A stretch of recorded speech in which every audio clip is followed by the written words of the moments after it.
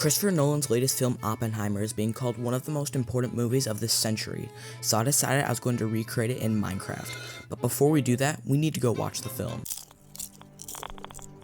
Alright, now that I've finished watching this film, I decided on a couple of scenes that we are going to recreate, all of which feature complex challenges which we are going to have to get around if we are going to complete all of them. But before we can even recreate the scenes, I first need to look like Oppenheimer, and frankly, this fish skin is not going to cut it.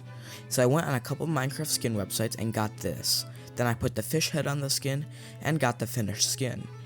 Alright, now we need to start building the sets. Alright, so first we're going to build the lab set from this scene. As you can see in this image, there's a couple key details.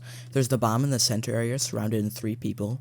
There are tables on the left and right, windows on the back, and white walls. So I asked a builder, 10nitro, to build the lab set, and once it was done, this is what it looked like. Now, I just had to build a couple other sets myself. I worked on the set where Oppenheimer would meet Einstein, the train where Oppenheimer talked, and the most difficult one yet, the Trinity test facility.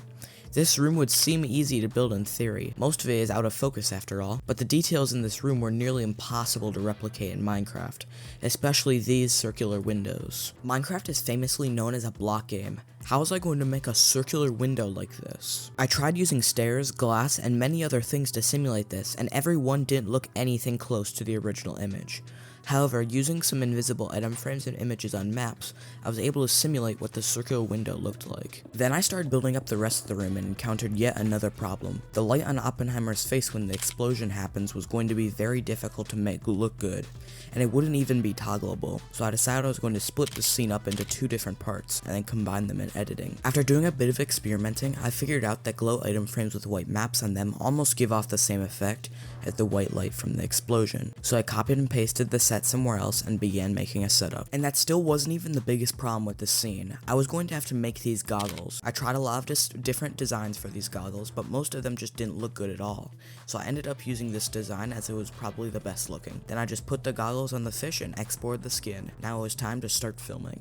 When making a movie, you need a bunch of cameras, like the IMAX ones that were used in Oppenheimer, but in Minecraft, things are a bit different. To make recordings, we're using a mod called Replay Mod. What's cool about it is you don't need a specific camera for a specific zoom level. You could just adjust that by changing your FOV. Plus, you can render the shots at any quality you prefer, from 1080p to 4K and more. For these shots, I'll be rendering them at a quality similar to the original movie. So now that we know how we're actually going to capture the scenes, let's dive in and get started.